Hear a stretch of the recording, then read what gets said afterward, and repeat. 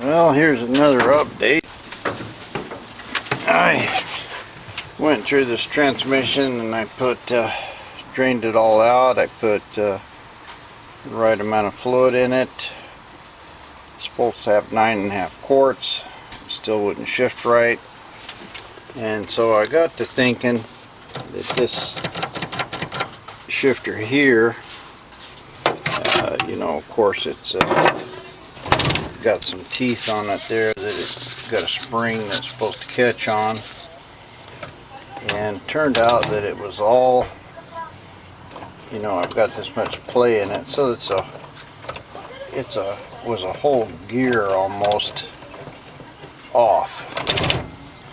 So what I did, this is a pair of tongs for a forge. So I knocked this rivet out down here, and put me a shift handle on it. So now there's park, neutral, drive 2, drive 3, and reverse. So these are the detents I have, and you can see there that I didn't really have it in the right gear. So reverse, drive 1, drive 2, drive 3, neutral, and I got park. So anyway, now it looks like it's shifting right. I mean, that's really a rat rod shifter, but it works. There's no detents, no neutral safety switches, nothing in there. I've got switches right here that I can probably hook up. It looks like right there I've got one for park. I don't know. Anyway, I'll mess with that. But what I was going to try to do is put this rivet back and put the handle, put this rivet here and the handle on it, and then my little cover will fit, and I've got a rubber boot that'll fit, and it'll make it a little bit stronger than this because it's only moving on one pin. This should make the whole thing a lot straighter. But anyway, I think this was probably the reason that all of my problems were in the transmission more than fluid and this and that and the other thing. It was this damn shifter. So anyway, it looks like it's shifting into 4th gear now, and I still haven't got the kick down rod sorted out, but I got the bell crank in and mounted down to the shifter. I extended this rod, and it looks like it's the same geometry, and I drove it the other day and it looks like it's shifting and so forth. But I had some deals with this rear end hitting the spring perches down in there. So anyway, I got the bolts out. I welded one in here and it just snapped loose when it bottomed out. So I'm going to make a couple brackets out of this big angle iron so it'll fit right flush against that spring. I don't know if you can really see there, but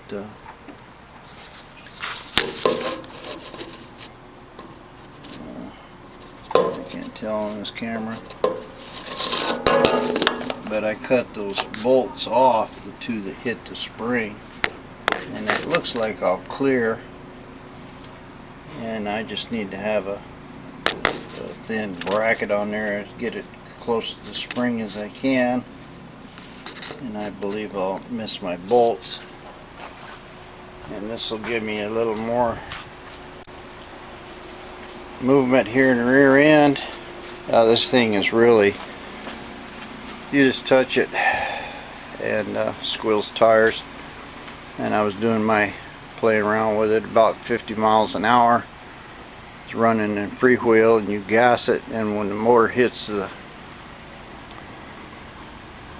rear end speed and it engages, that thing just squeals the tires 50 miles an hour like nothing. So anyway, continue on. If I can get this rear end sorted out so it don't hit, I'll make me a couple more U-bolts there for this. Finish cleaning up these wheels. Never ending project, but we'll press on. Here's one of the brackets. Just squirted paint on it, but it's got a flat place to go in the spring. That notch there on the right is how much travel I'll have before it hits the rear end. Before, you can see it was hitting down there, so that's giving me at least another inch of travel. And the other one, I just welded 2 little bars on it. And this one here should be plenty strong. I just really gooped a weld on there. I bought some rod from wire feed stuff from Ace Hardware. It's not very good welding rod. This stuff from Harbor Freight's much better, or Home Depot. But anyway, it's good enough for what I got, I guess. But I don't really like that rod. Doesn't weld well. There it is, bolted in. I've got, looks like I measured it just right. It fits the spring real tight. I've got a little, looks like it might interfere just a little bit from this bolt up. I'm going to take a grinder and grind the lock into that nut off there. Same thing on the other side. But I made you sandwiches, Juice. Did you take your pills? yeah, the bracket looks real good, so that'll be it for that one. Moving on to some more stuff. I've got lights here. They're yellow and white. They're a sequential. They flash left to right or right to left. But I got these for to cover up this big old hole here, and that's what I'm planning on doing. I don't look too bad. And so what I did was weld a little plate on here on both sides, and now I'll just mark these and drill them, and it'll cover up that big open frame there. So it's got a white light and a yellow flashing turn signal, so I'll have running lights on it, but the main thing is to cover up this big hole. And I'll have to run some more wires, or at least one for the running light. So that's what I'm doing now. You got it pulled up here where it looks like the belt's tightened. It's all the way down the bottom of the adjuster, and I got plenty of room here. But if you look down in there, maybe see it, there's a little, I don't know if you can see it there, but the bolt is missing the edge of this water pump. It's going between the bolt and that little plate that I welded for a plug. One second. Well, there it is. I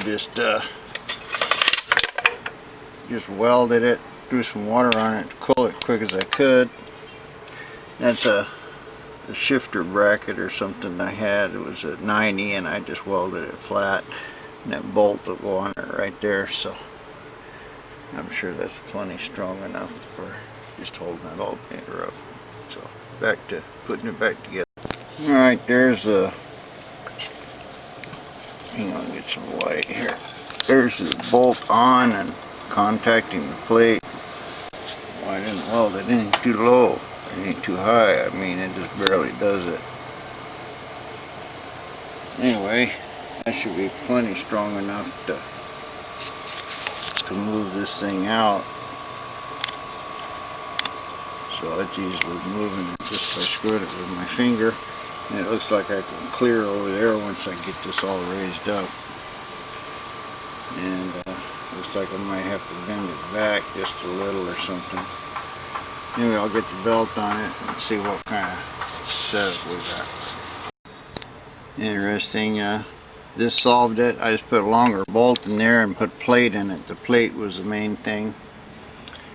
It's purple there, and that was the color of an old Roadster I built, and those were spring perch bolts or something like that. I don't remember. I have 2 bolts left. They stole the whole car. Anyway, it's pretty straight. I've got it tight here. I didn't even really lay down on it or anything, but it's all bolted in and tightened up, so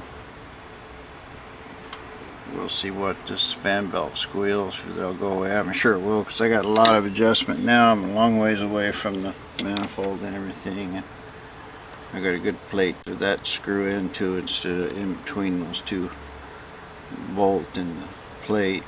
So let's take a little shot of what does that look like. Man, there's a camera light. It's upside down, but you can see I'm, you know, 1/4 of an inch down in the plate, so it's all good. So it's just real easy to tighten it up, and it's not really straight. I can kind of bend that bracket there a little, and this one here, and kind of pry it back if I have to. But anyway, I'll sort out the alignment here when I make sure it don't squeal and everything. I got that all buttoned up. I think I got the right amount of fluid in it, transmission fluid. I took my kick down and it wasn't downshifting, so I moved it 1 thread out, and let's see what that does to it. We'll go to for a test drive in. I was going to film it, but I forgot. Went out, took it for a ride. It's shifting 1, 2, 3, 4. The low range is keeping it in first and second. High range is still going up into no engine braking, and you can't go into that mode and then pull it down into a lower gear. So you kind of have to start out in that. I haven't quite figured it all out, but it's shifting 1, 2, 3, 4. Third and fourth, kind of a long drawn out process, but it's moving pretty good. I haven't really paid much attention to speed or anything. It'll burn the tires all the way through first and second, and I don't know what's happening to that long shift. You know, jumping on it to get it to shift is opening both of those 650s. You know, and 1.5 is more than enough, so it's running really rich. So I start playing with some jets and leaning that, at least that second, well, I don't know, I'll have to do them both at once because they're both linked together. But anyway, I need to play with those carburetors some more, but it really runs good. Jump on it and let off of it, and it twists a lot, but it's going straight and it's not pulling or anything to one side or another. And when you step on it, it really starts smoking the tires, and it's still not pulling. So I'm pretty sure this is not a positive traction, so it's gonna kind of go straight anyway. But anyway, it runs really good, shifts good now, and man, I could just sort of forget all my worries about pulling that damn transmission out of there and maybe have to change the motor and the adapter and all that crap. I can just leave that alone. I know it's fine. I got a lifter tick in it somewhere, but even if I had put lifters in, that's not that big a deal.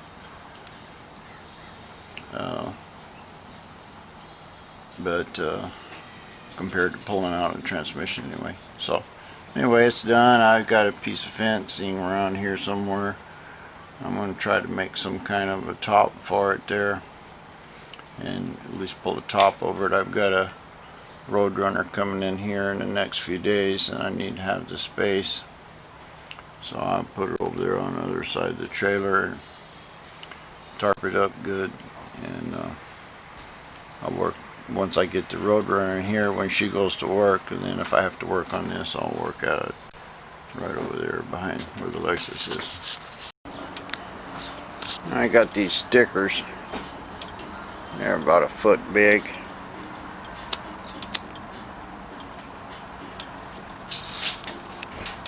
Put them on the door. They don't look too bad. Finished cleaning up my wheels there.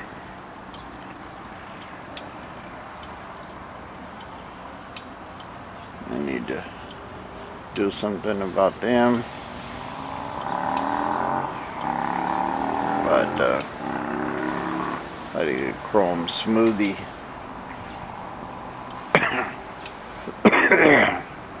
Finding stuff for 13-inch wheels though is kind of difficult. I need a tire, at least one on the other side. It'd be better if I had them both. But sticker don't look too bad.